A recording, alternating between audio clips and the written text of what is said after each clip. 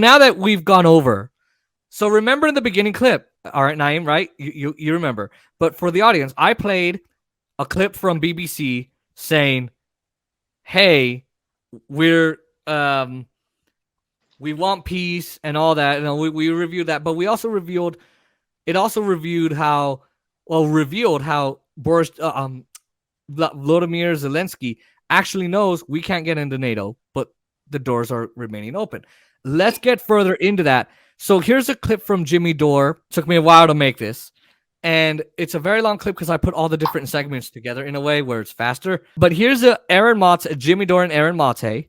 Mm-hmm. And Aaron Mate, he revealed what happened in Douma, Syria. People who think that Assad actually gassed his own people, he didn't. The WCPA, I'm pretty sure that's what it's called, they revealed that they were sidelined by the investigators because they didn't want the truth released. So here's the clip, and I'll pause it, but they're going to talk about how Zelensky actually rejected peace. So he's coming out to the Grammys and saying, "Oh, thank you for supporting Ukraine. All we want is peace." Fucking Grammys, what the hell is wrong with you? Amy Schumer wanted Zelensky to come to the Oscars as well. She tried to get that to happen. I guess Will Smith's slap wasn't enough for media attention. Again, I can't believe he's supporting his wife cheating and all that. So, yeah. All right, here we go. Let's watch this clip. I saw you tweeted this out. You said on February 19th, the Wall Street Journal said German Chancellor Scholz proposed to Zelensky that Ukraine renounce its NATO aspirations and declare neutrality as part of a wider European security deal signed by both Putin and Biden. Zelensky said no, and here is what it is. It says, so that's the German guy, Mr. Scholz, made one last push for the settlement between Moscow and Kiev. He told Mr. Zelensky in Munich on February 19th that Ukraine should renounce its NATO aspirations and declare neutrality as part of a wider European security deal between the West and Russia. The pact would be signed by Mr. Putin and Mr. Biden, who would jointly guarantee Ukraine's security. So this could have. So what did the Minister of Russia say? We want security for all parties. That's what he said, right? So I just wanted to avoided a war. It sounds to me like this could have avoided a war. Does that sound like it could have avoided a war? Yeah, but you know what could have also avoided a war, to be honest with you? If Biden just came out and told Zelensky straight up and told everyone on the global stage, NATO, you don't qualify right now, Ukraine, because Ukraine doesn't qualify to enter NATO. You're not going to be a net positive to NATO. You're going to be a net negative to NATO. So we're not going to let you into NATO at all right now. And that's the end of that. But Biden kept on saying, maybe, maybe not, maybe, maybe not. When behind closed doors, it was very clear Ukraine was not going to be accepted into NATO. So while Zelensky didn't do enough to make peace, I don't think Biden did enough to make peace either, because he could have just came out and said that. But what Jimmy Dore is alluding to is a pact that was discussed in Munich, which would have seen a neutral Ukraine where Russia and the United States would agree to both provide security assurances to this neutral Ukraine that will be a buffer zone and not take any sides in the war, which would have satisfied Russian strategic security concerns and would have also satisfied Ukrainian strategic security concerns in that the United States, as well as Russia, are protecting Ukraine against outside threats. So this was really the only way this would have happened. And this is ultimately going to be the only way peace could really end up happening. I will stipulate, however, and this is rejected it. Yeah. This was rejected by Zelensky. Biden did not make enough of an effort to go out and say the honest truth, which was Ukraine wasn't going to be able to get into NATO in the first place. But I'm also going to highlight this, and while all those steps should have been taken, it's very clear that Vladimir Putin had other intentions. I don't know if the whole Russian state had other intentions, but Vladimir Putin himself, in his February 21st address. I believe it was the 21st. It was the Monday the 21st. Yes, when he addressed the Duma, the Russian parliament, and he made a televised speech where he announced that Russian peacekeeping missions will come in to protect the republics of Donetsk and Luhansk, and he declared them as independent republics as per Russia's perspective. He made many references to Which he refused to do before. pre-Soviet era decisions, such as Lenin's decision to make Ukraine a separate region, and the 1953-1954 Khrushchev decision to transfer Crimea from Russian authority to Ukrainian authority under the USSR, and other historical references that made it very clear that he did have revanchist goals. He did have goals to rebuild an empire or whatever it was. So I do think that those would have been the right efforts that the West and Zelensky should have taken. I don't know that they would have fully negated the possibility that this invasion would have happened anyway. But those are things that the steps we should have taken. Biden should have taken, and Zelensky should have accepted Scholz's offer in Munich. I think he should have accepted. I think he would have definitely prevented a war. Now let's continue with the clip and let's see what they say here. Mr. Zelensky said Mr. Putin couldn't be trusted to uphold such an agreement and that most Ukrainians wanted to join NATO. His answer left German officials worried that the chances of peace were fading. Yeah, he's definitely being used as a pawn. So, hold on. So, Jimmy Dore asks him, and they were right to worry, but Jimmy Dore asks, I was about to say Russian Aaron Mate, but he asks Aaron Mate, is Vladimir Zelensky being used as a pawn? And let's see what he has to say. You ready, Naeem? Yeah. Mm-hmm. All right. Here he is being offered by Germany a proposal that he's going to be ultimately have to accept anyway, or else his whole country gets destroyed. Unfortunately, that's just the grim reality of committing to Ukrainian neutrality and not joining NATO. And he knew, and he's admitted this. And you might have the clip, Jimmy. Oh, here's the clip. What Zelensky admitted. Let's hear what he admitted. He was told by NATO that you're not going to join, but we're not going to admit that publicly. We're going to keep the door open publicly. So basically, keep the door open publicly to an outcome we're actually not going to accept in practice. Why? Just to bait Russia. So Zelensky chose to risk war to go along with that ruse. And that's the ruse that Biden was spearheading and was conducting, because Biden ultimately knew, and the whole NATO conference knew, Jens Stoltenberg and all the others knew that Ukraine was not going to be accepted into NATO. And that was known since the invitation was even given to Ukraine in 2008 by George W. Bush. When he gave Ukraine the invitation into NATO, all the rest of the NATO members had pulled him aside and was like, bro, no, we're not going to accept Ukraine and we're not going to accept Georgia. Those were the two nations that were given invitations by George W. Bush. It's a very hawkish effort on the Bush administration's part. And Germany and France and other NATO members were like, hell no, that's not happening. And they stood by that. And the only way someone could join NATO is with a unanimous vote, and among other procedural logistics and stuff, but a unanimous vote, and there was never going to be a unanimous vote in Ukraine's favor. There was never going to be a unanimous vote in Georgia's favor. So okay, let me ask you, because you obviously know what you're talking about, and I don't, and the audience needs to know, what, if there's even an audience, why weren't Ukraine and Georgia qualified to, and why isn't Ukraine qualified today to join NATO? NATO is a defense pact. NATO is a group of nations who got together and continue to grow, right? That says that they will defend each other and defend themselves collectively if any one of them is threatened. It was initially designed to be a counter to the Warsaw Pact, which was the Soviet Union's defense pact. Why? And there's a long story behind that. Lots of Cold War politics. Why Ukraine and Georgia don't qualify? They generally don't offer enough of a defense contribution. To be part of this club, you got to contribute something.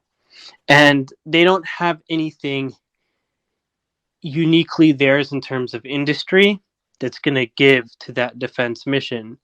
All the weapons they get from different countries. Funny enough, many of whom are NATO countries, right? All the industry they have, the stuff they produce, isn't going to necessarily add to defense capacity. What's going to add to defense capacity is lots of stuff in German industry, for example, lots of stuff that's being produced in France. So right now, and it's not impossible that things can't change in their economies, but right now, adding them to this club is just going to be a net expense for all the other nations. They're going to have to carry the burden. And the reality is these other nations don't want the risk of war with a big power like Russia. And putting these nations know this very well, especially Germany. Making a nation that's in Russia's backyard a NATO member means that the likelihood of Germany and the other NATO members having to go to war with Russia increases significantly.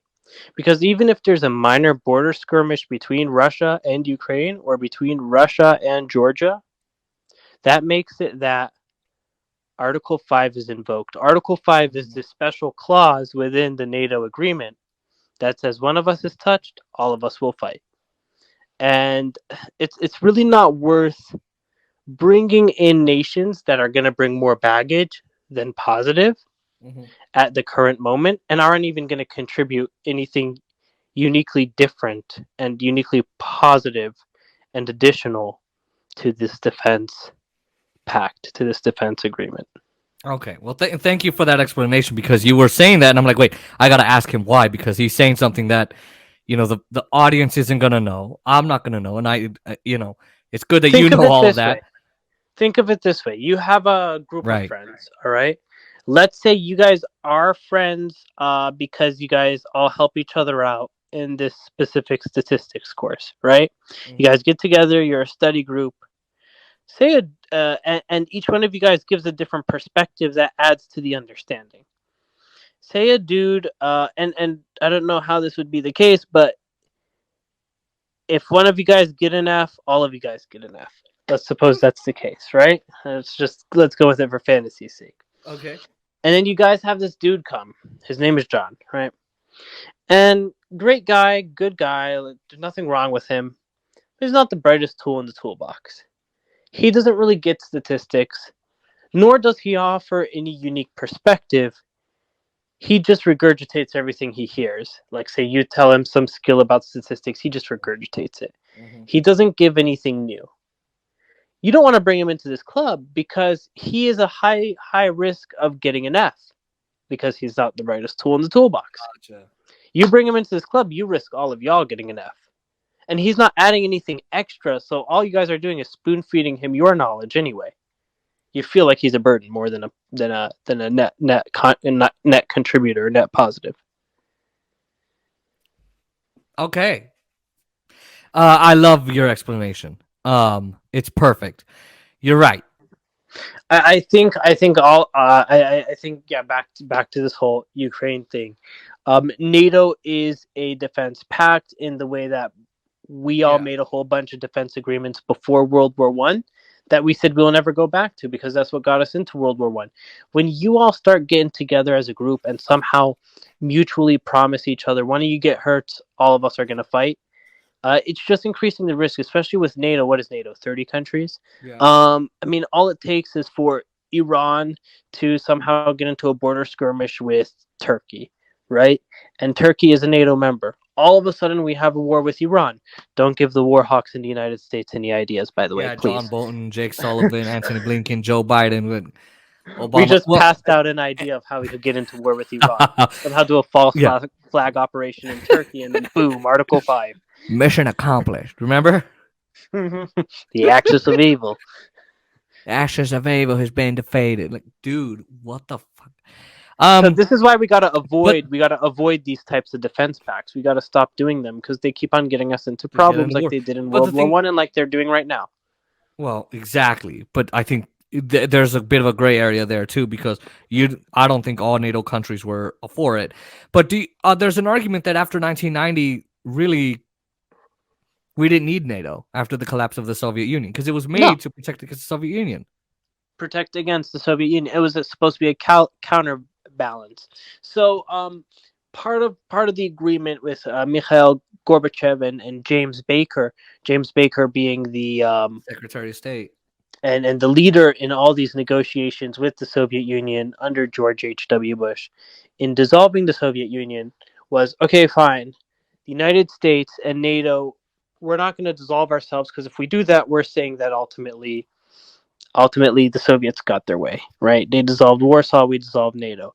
But at the same time, we also gave verbal consent or verbal assurances to Mikhail Gorbachev that we will not expand NATO. True, they were not written. They were not written assurances, but we're not going to expand beyond East Germany. So East and West Germany will unite and become Germany proper, and then NATO will not expand. All of a sudden, Poland found its way into NATO, Slovakia, Czech Republic, the Baltic states. All these other countries just started finding their way into NATO, and it hit a fever point. It hit a crescendo in 2008 when George W. Bush just went haywire and ham and just said, well, we should add Ukraine and Georgia. Let's put out invitations. And all the other NATO states said, are you fucking out of your mind, bro? Ukraine and NATO George Bush just went on a anything. haywire and expanded way the hell. Because Clinton kind of supported it, but he also went just a little bit. Bush. I think Clinton just added Poland and Hungary, correct? I could be wrong. Yeah, I think so. Yeah. But Bush just went and added the rest of the nations that are there today, and Obama did too, because it went promised for subsequent administrations, Clinton and Bush. But the problem is Bush just went crazy in 2004, 2005, 2006. Just went 05 and started signing a whole bunch of NATO invitations. Mm-hmm. Exactly, and they were accepted, and we broke that promise. So, and we bullied our fellow NATO colleagues into voting unanimous votes to allow these countries, and eventually they said enough is enough when we invited Ukraine and Georgia. And then there's the video of George W. Bush in 2008 at I think it was the NATO conference in Munich or something like that. German Chancellor Merkel is there, and nobody's talking to Bush at the end of his 8 years, 2008. They're like, no, fuck you. We don't have to deal with you anymore. You can't bully me anymore. You're leaving office. And he looks like that kid that's alone at lunch because nobody likes him. Yeah, I mean, and that's how they all felt about him. I kind of miss German Chancellor Merkel. I'll be very honest with you. Merkel was very strategic. I do think Olaf Scholz is proving his capacity and how he's handling this situation in Ukraine and Russia, and he's proving to be one of the bigger heads in the room, at least on the Western Front. And I really do feel like he is the appropriate successor to Angela Merkel. Okay, here, so I don't know. I'm just I've grown up with her as chancellor, so we both. Oh yeah, she's been around for a long time. She was around for George W. Bush, Barack Obama, and Joe Biden, and Donald Trump. And then I'll tell you a little secret.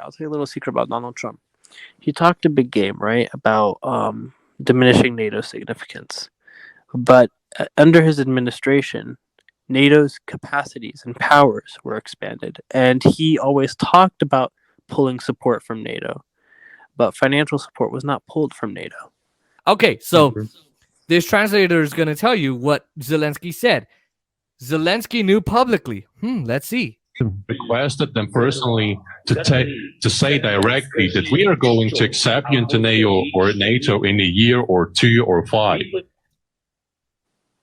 Okay, so just say. So he's saying, all right, we're gonna accept you in a year or 2 or 5. We want to be in NATO, and they said something to him. I wonder what they said to Vladimir Zelensky of whether he could join NATO. What did they say? Directly and clearly, or just say no. And the response was very clear. You're not going to be a NATO or EU member, but publicly, the doors will remain open. Publicly, the doors will remain open. So in private, the answer is definitely no, right? But in public, the doors will remain open. So you know what that is? Have you ever had, like, when you were a kid, you go to a club, right? It's a group of friends, right? You're all hanging out, all the cool kids. There's one kid who's like, "Hey, I want to join your club. Y'all seem so cool." Publicly, y'all, let's think about it. We'll get back to you. Y'all go back to your friend group. And you're like, "I can't really stand this person. Of course, we're not going to accept them into our club. We want our own club, but we'll show them face because we need them. Yeah. We need it for propaganda reasons, or these." Kids are like, well, we can't shun this kid because then we'll look like the bullies. So we're gonna say we're thinking about it, but of course our answer is no. That's basically what NATO did to Ukraine. Yeah. We need to make sure that no. we keep on threatening Russia, we keep on baiting Russia. Yeah. But in private, hell no, we don't want you. You're just gonna be a burden. You're gonna be an Exactly. extra. And so why would they keep the door? So NATO said, no, we're not going to allow Ukraine into NATO. Zelensky seemed to want that. He says the people of Ukraine want that. NATO said, you're not going to get that, but we will publicly pretend that the door is open. Why would NATO want to pretend that publicly the door is open for Ukraine to enter NATO? Aaron? Yeah, this is important. Well, for one, especially the U.S., the people who run the U.S. are such fanatic Russophobes, Russia haters, that they don't want to give Russia any kind of win, even if it's just a completely symbolic one, like Ukraine not joining NATO, which they apparently agree with anyway. And the more sinister explanation, which I also think is true, is that they wanted to use NATO membership to bait Russia into invading, to use Ukrainians as cannon fodder to bait Russia into a war. And by the way, this is a policy that was set out in a 2019 RAND study. I read about it in my newest article at matcha.substack.com, where this RAND study, a Pentagon-tied think tank, talks about the best ways to overextend Russia. That's the topic of the study. And the top strategy that they come up with is providing more weapons to Ukraine in order to basically compel a Russian invasion. And that would be a way to bleed Russia. So that is what I believe the strategy was. And that's why they wanted to use Zelensky in Ukraine to leave the door open. Basically, leave the door open to NATO publicly, to leave the door open to a disastrous Russian invasion of Ukraine. And Zelensky went along with it. I will say one thing, though. And this is all very true. I appreciate. Respond to Mate. Yeah, I appreciate highlighting that. But that also proves the case that Russia kind of walked into the American Warhawk Trap.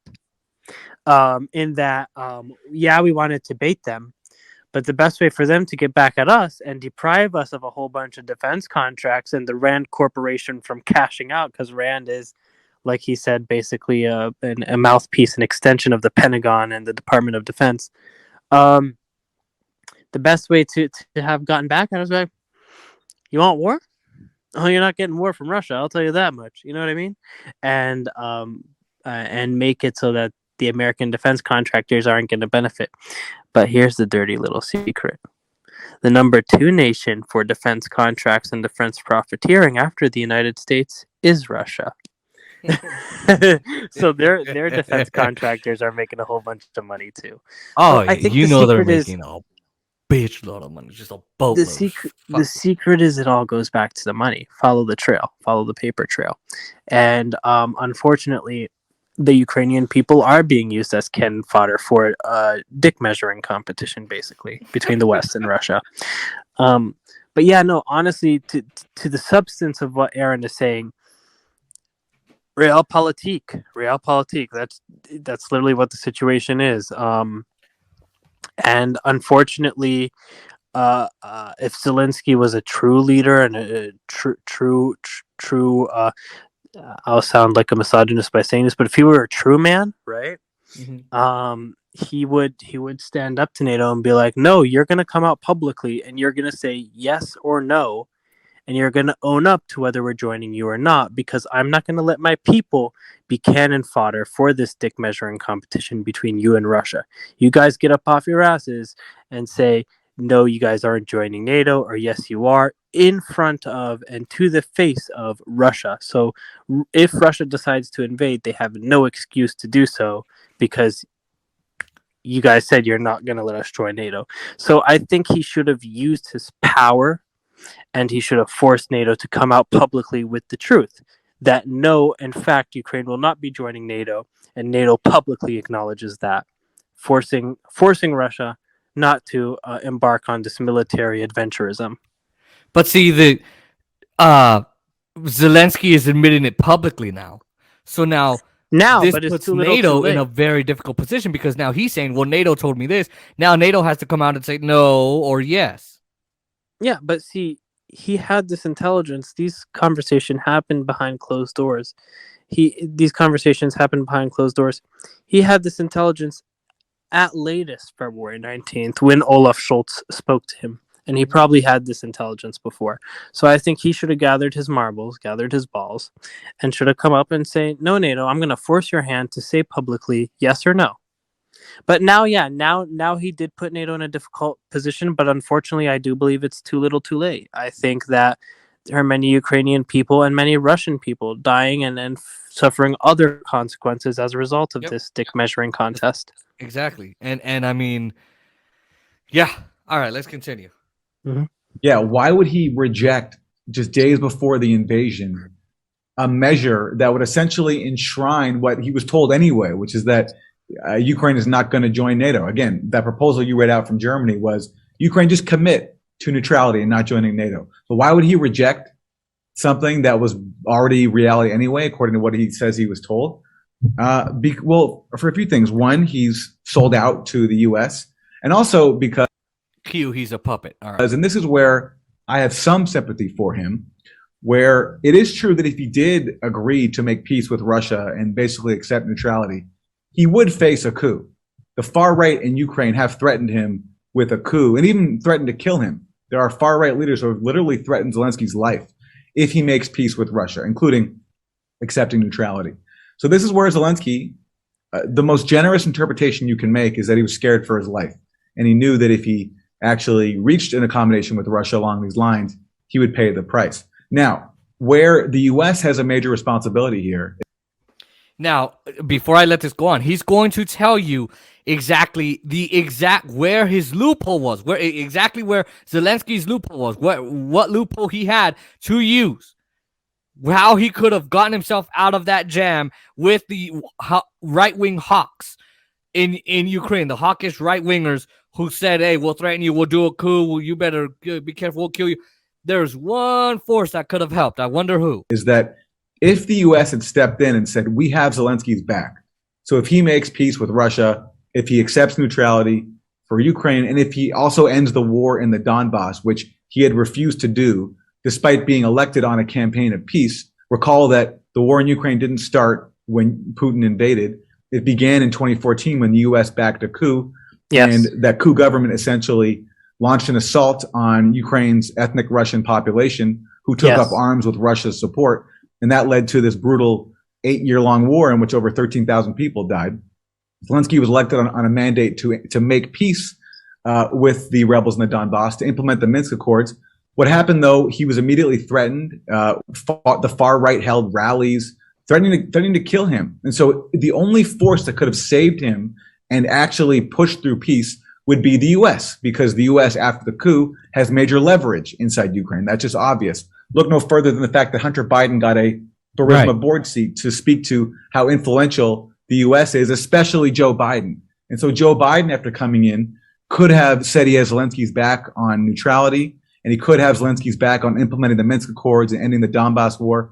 Instead, he encouraged Zelensky to crack down on his opposition. That's why in early 2021, right after Biden took office, Zelensky banned 3 major opposition television networks. Soon after that, he went after the main opposition leader inside Ukraine, who was tied to Russia. And meanwhile, the U.S. and Ukraine, under Biden and Zelensky, signed all these agreements, basically deepening U.S.-Ukrainian military integration and enshrining NATO membership as a goal. So that's what the U.S. did. At every step of the way, the U.S. encouraged Zelensky to not make peace with Russia.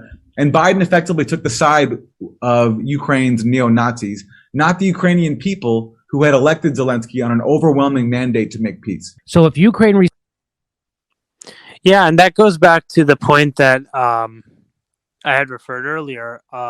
Biden really was the one who had the sway before this war happened in saying, we will give Ukraine security assurances if Ukraine declares its neutrality. We will not accept Ukraine into NATO because they do not qualify for NATO membership, but we will provide them security assurances in cooperation with Russia, giving assurances that they will not invade or touch Ukraine, with Ukraine remaining neutral. So yeah, the Biden administration were the ones who had the most leverage. They But could have saved his ultimately- life. Yeah, they would have saved 'Cause then his life. you think and the they would have right saved the wing- lives of the Ukrainians. Yeah, well, exactly. But you think the right wing saved the lives of Ukrainians, but you think the right wing hawks are gonna, I don't care, F you, Biden? Hell no. Because now the United States is gonna go in and say, I said I support neutrality. And we told Zelensky to do it. Touch Zelensky, I touch you. I don't think the right wingers would mess with Zelensky after that. Yeah, that would have been the clearest solution, and that would Instead, have he sides also with this ensured that would have military. ensured the most peace in the area. Yeah, and instead he sides with the neo-Nazis. Meanwhile, the Democrats keep complaining about, oh, Nazis, Trump's a Nazi.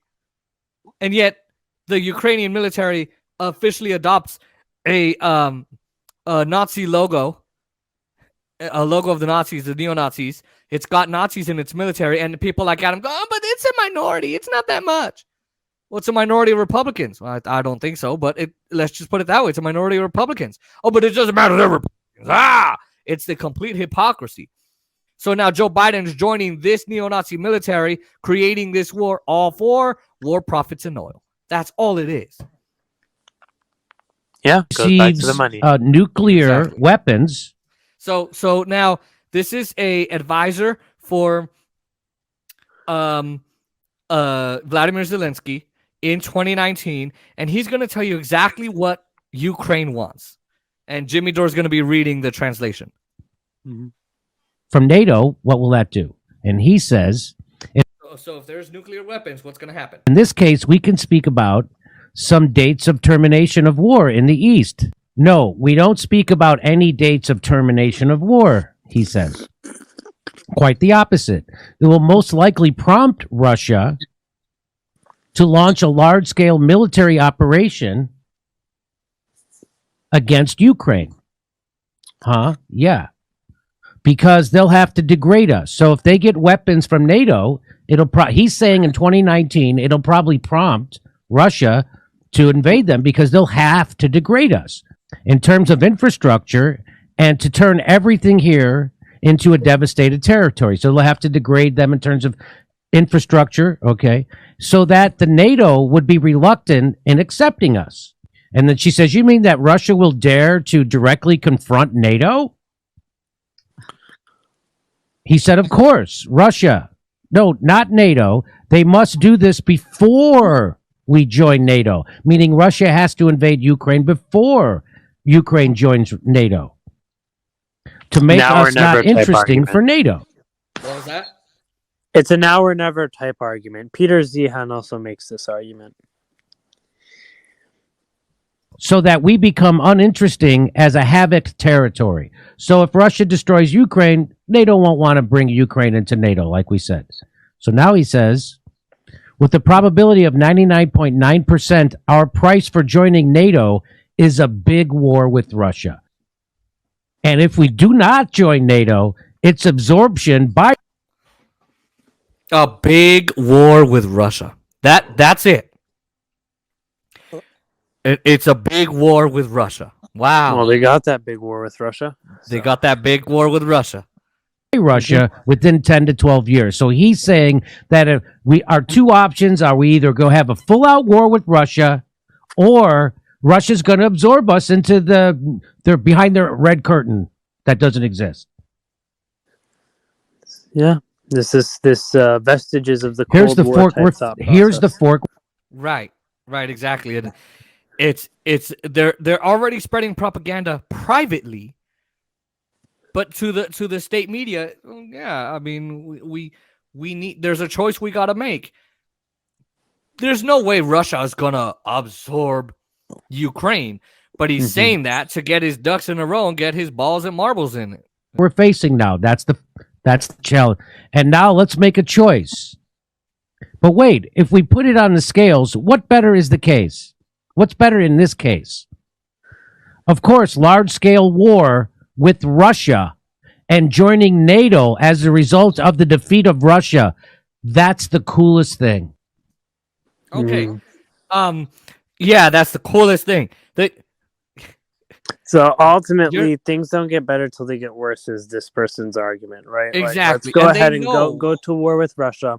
Somehow, miraculously, a win over a militarily superior military, a superior military, right? A militarily superior force, right? Win over them somehow miraculously. And then as a celebration, we get a little treat by joining NATO. After all our capacity and infrastructure in Ukraine has been hollowed out by that superior military of Russia.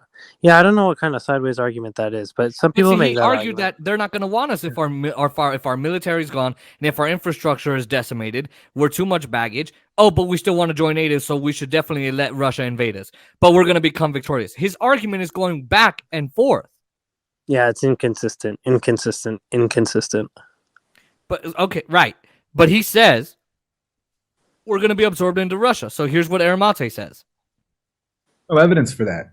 It is true that Russia took Crimea in 2014, but the reason they did that was obvious, and everybody across the Russian political spectrum supported it. You had a coup in 2014 backed by the U.S. The coup government was immediately talking about joining NATO. And so you had the prospect for Russia of its most important naval base in Crimea, where the majority of the population speaks Russian and identifies with Russia, falling into NATO. And so Russia acted quickly and absorbed it. And by the way, this was happening in parallel with the war in the Donbass beginning and the coup government essentially declaring an assault on the Russian-speaking population. But Russia didn't go beyond that. And even when the breakaway republics of the so they were trying to get other countries to go into NATO, including Crimea, and Vladimir Putin saw that and said, "Hell no." Donbass, Donetsk and Luhansk wanted to become independent, wanted to essentially join Russia. Putin refused to recognize them as independent.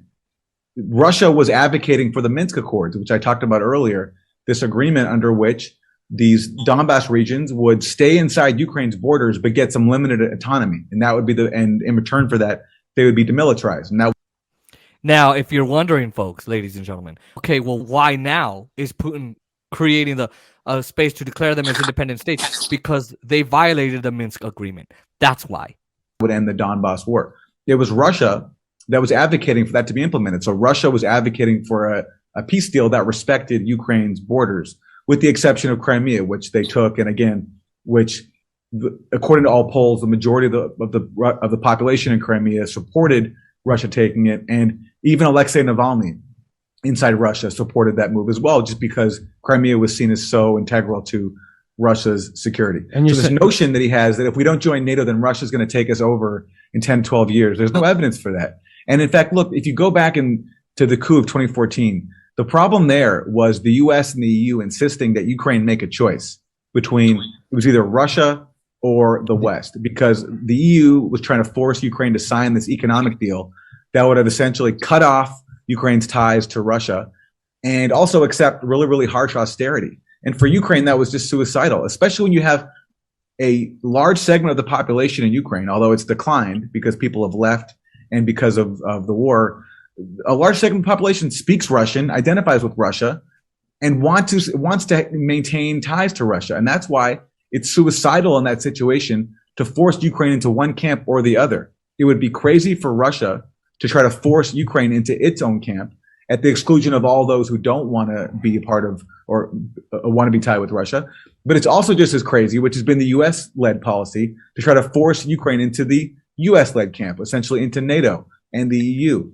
And the answer in a divided country is to respect that division and keep the country neutral, because otherwise you're always going to have conflicts brewing up. And by the way, that's exactly what William Burns, the current ambassador to the CIA, predicted back when he was Russia's ambassador to the U.S. He wrote that famous memo that we know about thanks to WikiLeaks. warning that across the Russian spectrum, he was being told that NATO was a red line, that NATO membership for Ukraine was a red line for Russia because it would force Russia one day to intervene if there was going to be an internal civil conflict, which is exactly what has happened. So what I'm seeing here is the the EU, the European Union is saying, come with us. We'll give you harsh austerity and we'll whatever he said, but you'll also sever your ties with Russia. You'll become financially dependent on us. Russia is saying, well, we know we could get you into our quarters, but we don't want you to do that because I know you don't. We could, even though you do have people who do speak our language and identify with us and want to maintain ties with us and be cool with us, you have people in Ukraine that don't want to be cool with us. So then the U.S., which is our policy thanks to Joe Biden and Obama and Trump, is, but really Joe Biden now, come and join us instead. Even right. So Aaron is saying, look, the best thing to do here, and the guy he mentioned, I forgot what his name was in that CIA memo, is William Burns. William Burns. William Burns, director of the CIA. Mm-hmm. Yeah, he used to be there, and then he was the U.S. ambassador of Russia's ambassador to the U.S. or whatever. He is saying you need to leave it alone. They are divided. You're not going to make anyone happy by making them go to the West with Europe, West with the United States, or to Russia's territory, into Russia's camp. You have to leave it alone. So what is your take on what Aaron Monte said there? Well, that's pretty clear. That's pretty clear policy with where Ukraine is. That's pretty clear policy with where Georgia is. That's pretty clear policy with where many of these other nations in the Caucasus, Central Asia, and Far East Europe bordering Russia. I think the issue is this was all well and good until, we started to poke the bear and go against the Minsk agreement and poke the bear of Russia. But I do still maintain, as I was saying earlier in your stream, it's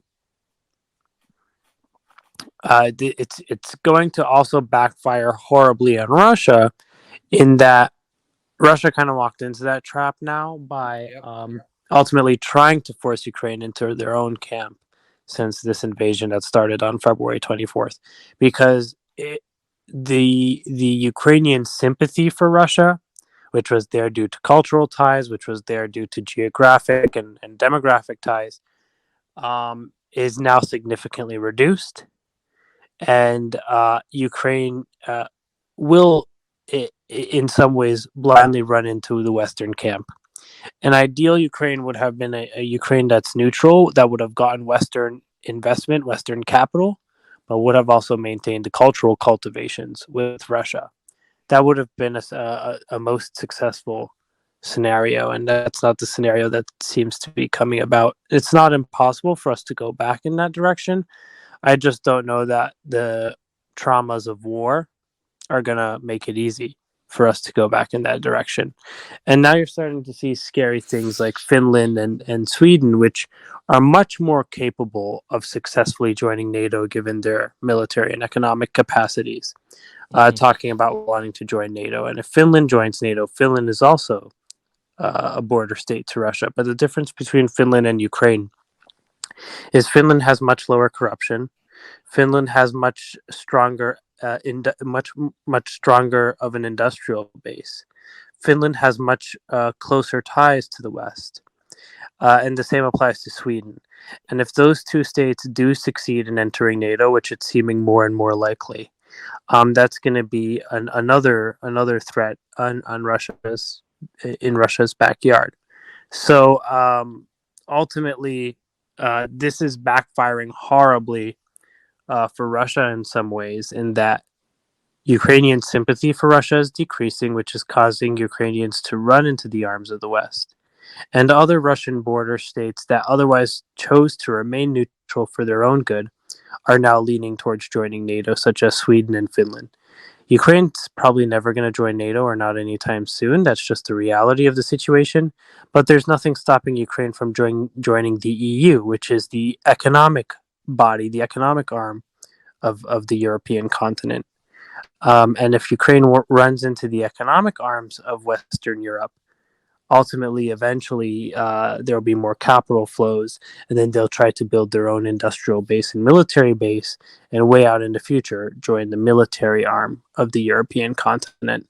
So I think while the lack of enforcement for the Minsk agreements rightfully pissed off Russia, the decision to enter Ukraine in an invasion type style, or as Russia describes it, special military operation, backfired horribly on Russia. And that's not even to talk about the many Russian losses and deaths and military setbacks that they experienced over the past month and a half.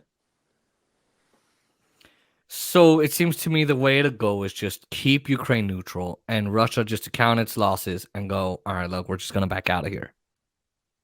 That's going to be the most efficient. That's going to be the quickest way. Is that what's ultimately going to happen? I don't know. The longer this takes, the less likely that will happen. Because what happens, and just studying the human condition and psychology, is the people of Ukraine are going to move more and more to the right. And they're not going to be willing to settle for neutrality. They're going to feel, hey, we were just militarily attacked. How are you going to convince us to be neutral at this point? And I think in Vladimir Putin's case, the president himself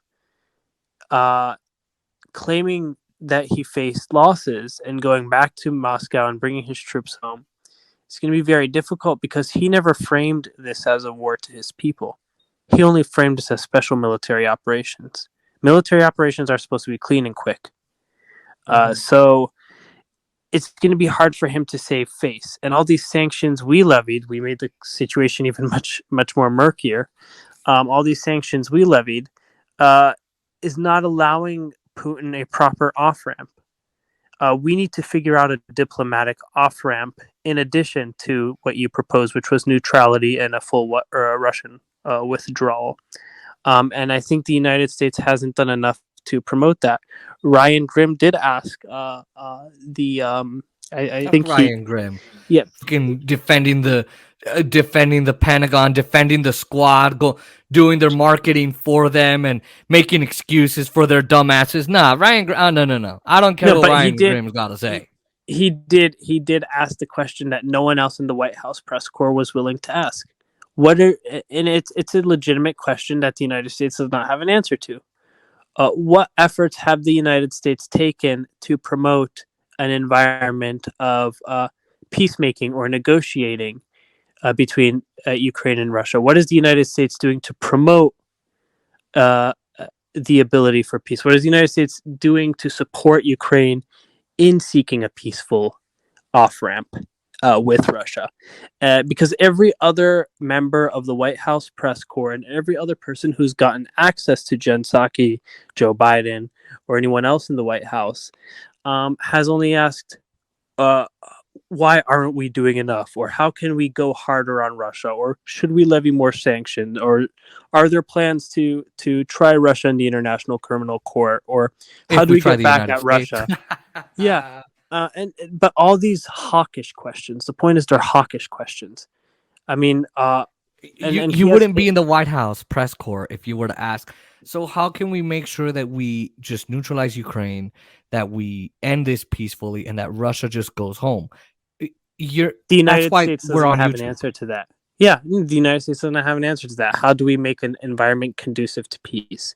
But I don't, there's definitely lots of disagreements I have with Ryan Grimm, but asking that question, I think, was an important question to be heard, and we haven't got an answer to that quite yet. We never the United States. We're not going to get that. So my stance is neutrality. I have another guy who agrees. This is Douglas MacArthur, Colonel. I got to get this right. Okay. Colonel Douglas MacArthur. He's been, I forgot what Aaron Mate said. He was in the first Gulf War doing military operations. Then he was a leader in NATO for some kind of arms pact or whatever. And then arms leadership and then and then he was under leadership of Trump, serving as ambassador to Russia or something. So let's hear what he's got to say, because I think he agrees with me. Question is, what is it that Zelensky is going to do? The Russians have made it very clear what they want is a neutral Ukraine. This could have ended days ago if he accepted that. And then they can adjust the borders. But the eastern part of Ukraine is firmly in Russian hands. But again, the Russians are not seizing territory. They're destroying Ukrainian forces. That's their focus. Colonel, it sounds like you don't approve of Zelensky's stand. And by the way, this is a propagandist British person serving up propaganda for the Western media. And watch how Douglas MacArthur That's Stuart Varney, right, from Fox Business. Yeah. Ugh, I can't stand that guy. But anyway, go ahead. Oh, I think Zelensky is a puppet. And he is putting huge numbers of his own population at unnecessary risk. Yep. And quite frankly, most of what comes out of Ukraine is debunked as lies within 24 to 48 hours. Yep. The notions of taking and retaking airfields, all of this is nonsense. It hasn't happened. He's not a hero? I mean, he's standing up for himself and his own people. You don't think he's a hero? Hannity, I'm saying hero because I'm trying to say ouch.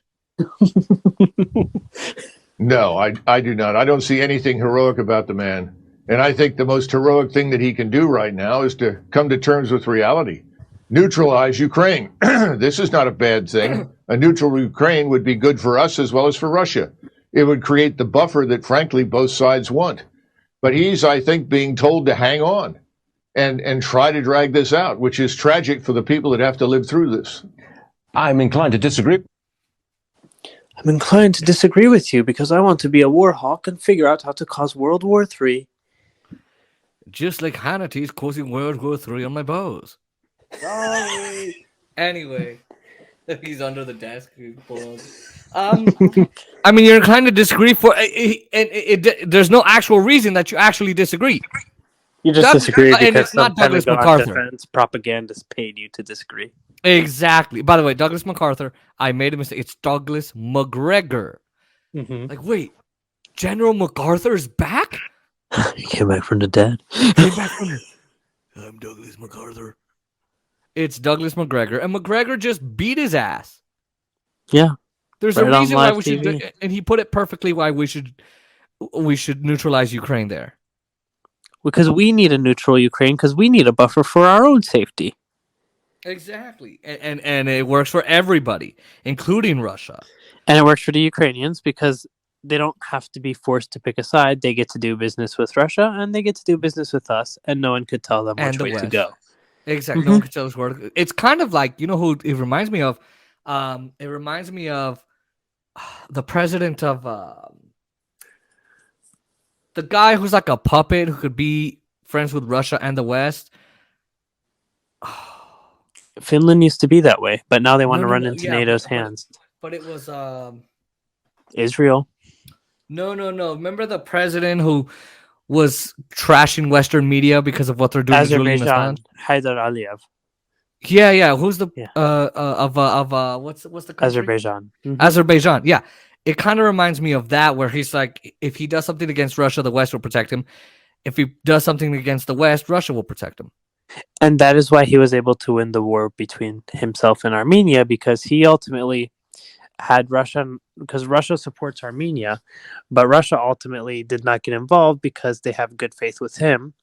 And the West supported him, but he ultimately knew not to bring in the West to not cause direct confrontation with Russia.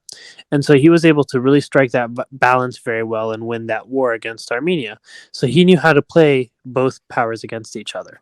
And he can still do it to this day. And we're not saying he's a great president at all. He's a dictator, but... No. Yeah, I'm not praising him. Mm-hmm. Yeah. So Douglas McGregor, not MacArthur, but Douglas McGregor put it correctly here. And by the way, the media lied about, Russians are going in and shooting people with their hands tied behind their back. And yet Russian troops left on April 30th, 31st, March 30th. Wait, where's April 30th? We haven't even gotten there. March 30th, they leave. The Russian troops leave Bucha. And then after they leave Bucha, the mayor says, all right, we've been liberated from Russian hands and we're now okay.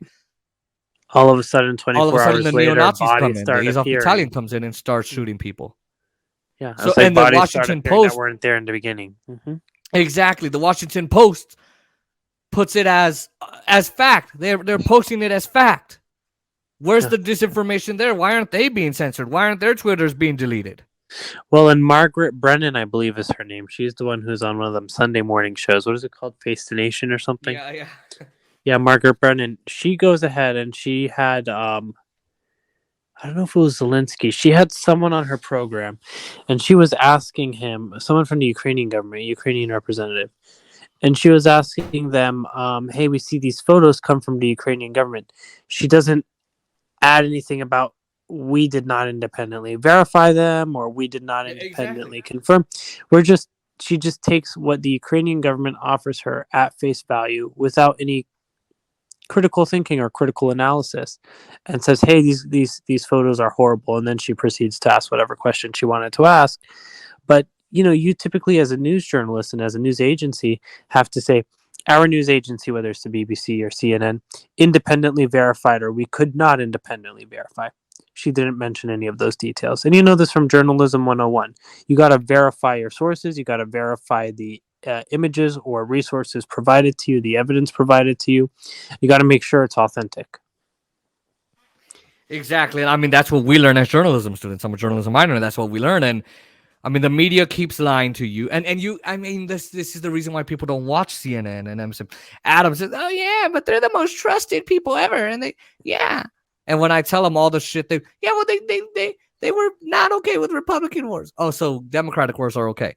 So that's why people don't like these people. Hypocrisy. The hypocrisy, but also their lies. They publish without even fixing it.